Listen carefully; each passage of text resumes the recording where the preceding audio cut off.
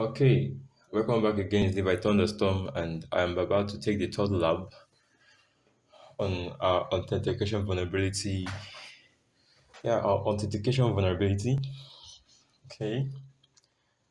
Um, we come into our lab first of all. We have this one here: username enumeration via response timing. Okay, we've treated the first two. The first one had to do with different responses in the length we got in our response. The second one had to do with subtle different responses. Then the next one we are dealing with now has to do with timing, and we will see what this one means. If I come to my Bob suite here, first of all, I want to clear my history.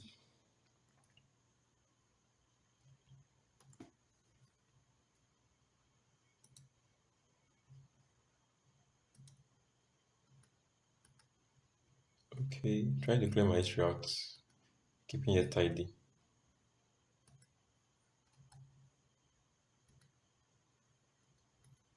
Now, um, let's access our lab.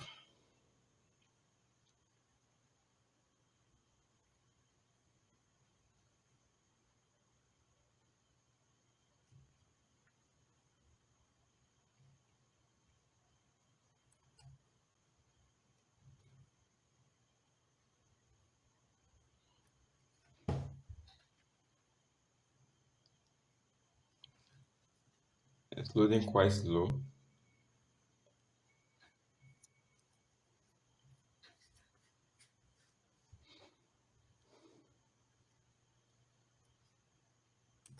Can't wait for that.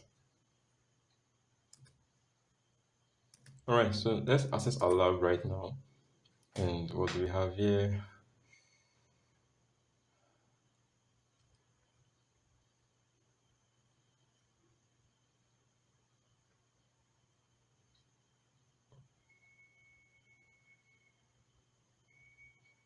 What's going on?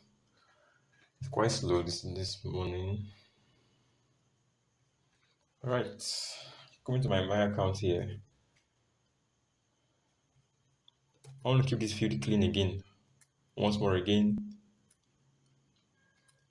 Now, so when I use a random username to see if it exists, we know the game. We get this invalid username or password. I want to enumerate. I come here. I send to my intruder. When I come to the intruder, I'm going to clear my payload first, and I'll use pitchfork.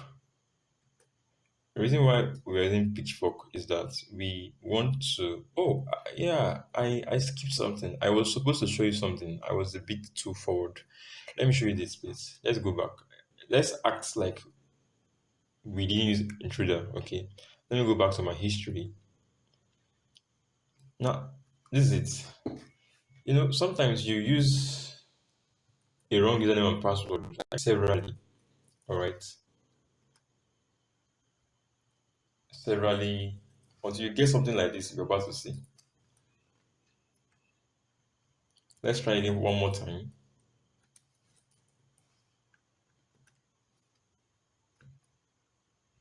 Can you see? You have made two incorrect login attempts. Please try again in 30 minutes. We usually get this in real life, in real life world, whereby you try and it tells you that, okay, okay, that's funny. It wasn't supposed to even give me this in the first place at all. So it's a weakness. Let's see what it tells us. Wow, wow, like incredible. In fact, this is also a weakness because in the real life world, when you have something like um try again in 30 minutes, it will usually not take any password from you. You have to wait for 30 minutes to redo such kind of activity. But now, when I tried it after the 50th time, it's not giving me that response anymore. I tried it again. Okay, now to bypass this issue, how now the thing here is that Because when it comes to brute forcing attack against authentication vulnerabilities, what the programmer usually do is that they would actually create a mechanism that will withstand brute forcing. If I was to try 1,000 username, I can't do that in this kind of instance because the first 5 attempts will get me blocked for 30 minutes and I can't keep waiting for 30 minutes. Do you see? What usually causes this is that when your IP has been detected, and from this particular IP, in multiple attempts to log in resulted to failure, the next thing you see is this response.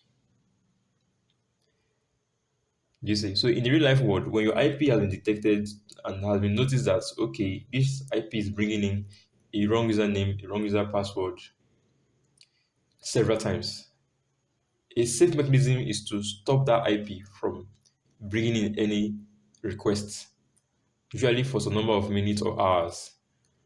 But we can't wait for 30 minutes at different intervals. So what we usually do now is that as pen testers, we are going to change our IP. We're going to change our IP. So when you change your IP and you log in again, you should not have this response. Do you understand? And to do that, we now need to send this guy here to our intruder. To our intruder. Let me show you what the lab says so you can understand why we're doing this. The lab says oh,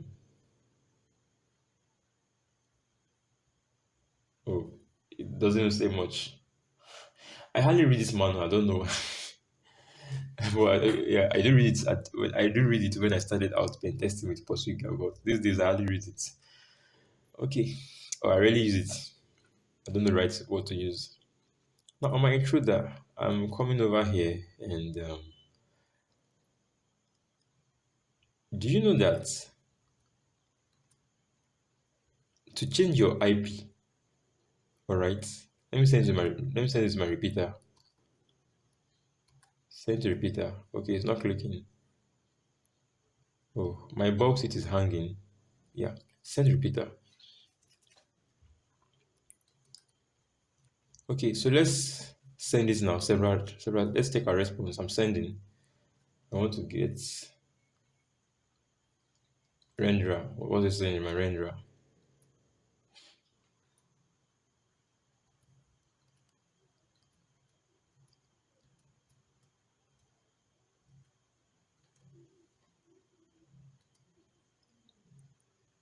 Okay, you can see it's giving this request. That's.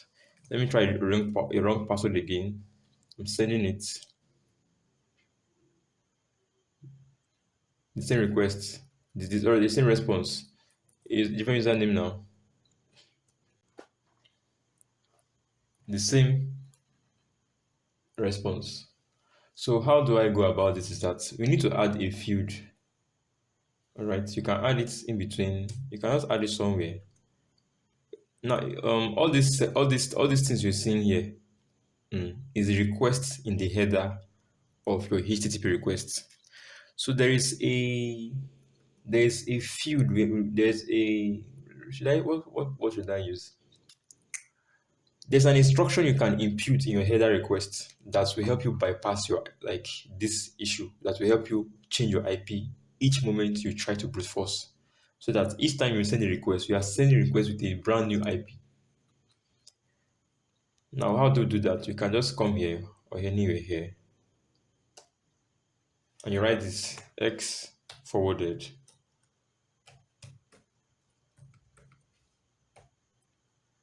for column, leave space. Now, you can decide to use your own random IP 1.1.1.1. Let's use this for the simplicity sake, or for sake of simplicity. Send to your intruder.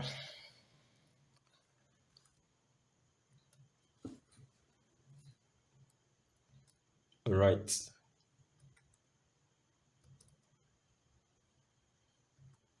Now, on my intruder, I will actually clear my payloads. All right. and I will highlight this first number here, number one. I'll add my payload. That's my first payload, right? I'm highlighting my list of username. Then I'm going to use pitchfork because I can't use two payloads at once on Sniper. So I have to use pitchfork to allow me use multiple payloads. I come to payload now. The payload is, can you see one and two? Because I have added two payloads, right? The first payload is this one, which I have highlighted, which is number one here. So for the first payload, I'm using numbers starting from 1 to 100 with a step of 1. With a step of 1. Why am I using 100 is that if you observe here in the list of username we have from portswigger, we have about 101 usernames. 101 usernames. 101 usernames. I will copy that username. I'll go to my second payload, which is for this character you're seeing here. This one, the second payload for username. I click on second payload. I come to simple list. I paste it. Payload count is 101. Request count is 100. I usually like to make this. Let me go back to my payload one. I usually like to make my my destination number a bit larger so that I can accommodate more spaces. Okay, now I'm sending the attack. The professional version is quite faster than the community edition. That's one reason I also make use of the professional version of Bob Suite. Now the attack is done. I want to check for which username is valid in this database. I will have to look at the response time. Oh my god, I made a mistake. The mistake I made was that I was supposed to use a longer password. Remember, I told you that when you use the long password, it will ensure that you give the database more time to respond to you. I have to use a long password.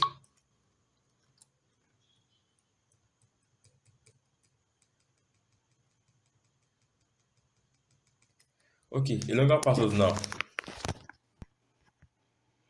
A longer password now. Now I can't use this range of IP anymore, and that's because it has been exhausted. So I can change this one to two. Remember that for each range of IP you use, it once it gets identified, it gets blocked. So I'm using a fresh range of IP. That's why I'm changing that to two. Then now with a longer password, I should have a delete response if the username is correct. Okay, everything being equal, I'm sending my attack once again. Let's see.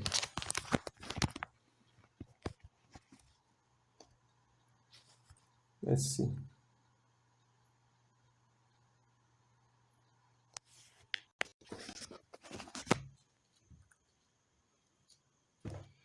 I'm checking the response received. Now, when you look at the response received, can you observe that amongst the REST usernames, this one, my SQL, is having an outrageous response, a delayed response, very delayed. We'll take note of that. Okay, let's click on it. Now, if you observe, if we were to use the length column would not do you any good because it has the exact same figure for the entire length. So you would not have been able to spot the vulnerability using the length column. Neither would you have been able to spot the vulnerability using the status column. The status code column would not have told you anything as well because you would just see 200 okay response for everything. And this is a very good way to actually hide vulnerabilities to defend your system from attackers. However, there's still a loophole here, and the loophole reveals itself through the response section. You can see my SQL has a higher response in delay, sorry, a higher delay in response in the response column. So we are taking note of the username MySQL. If I right click on it, let me see what it tells me in my response section. Rendra. Okay. I want to see what it says. incorrect, invalid. Now it said invalid username or password. This time around now, we are not being told if the username is correct or not. The username is correct. It is correct, but the password is wrong.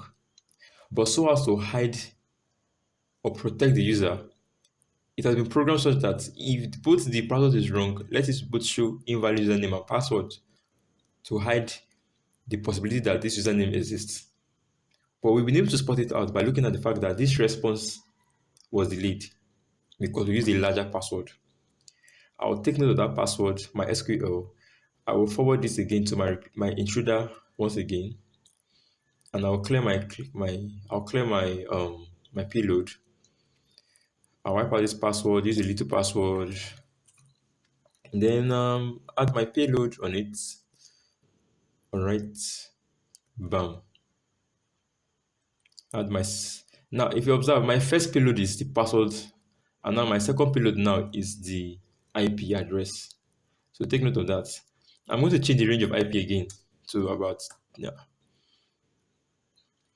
Now I'm going to click on pitchfork, right? Pitchfork.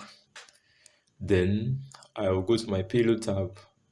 My payload sets. My payload set is simple list for payload one, and my payload two, which is for my my Okay, you know what? To make it easier, let me clear it again so I won't make it confusing. Now, the first payload is this. Add it. You can come here. You can see you're only having one, right? So you root what? Numbers. This is 100. Sorry, from 0 rather to 100. Okay, then our second payload again, which should be on our password. Payload. Second, can you see that now? Second payload. Simple list. We go to our browser to pick up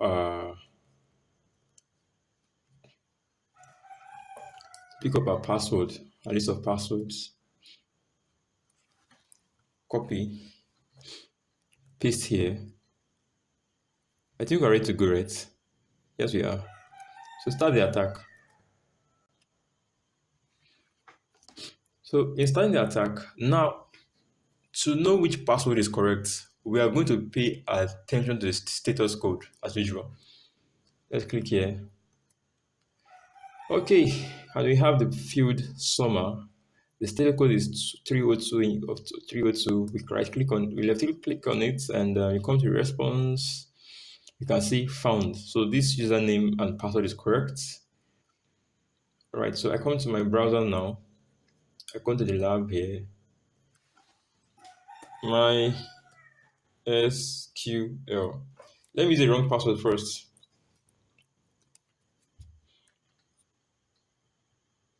Let's see. Now, you know that the username is correct, right?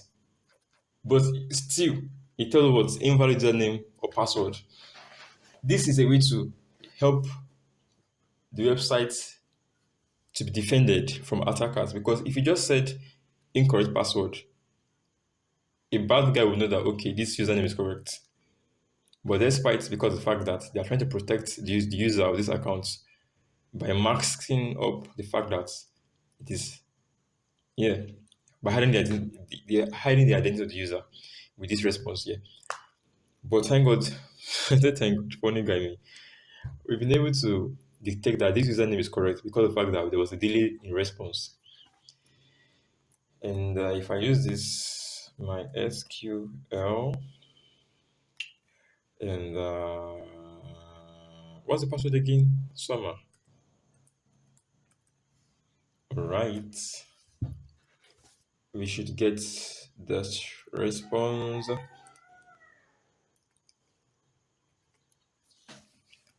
Okay. See you next time in the next lab.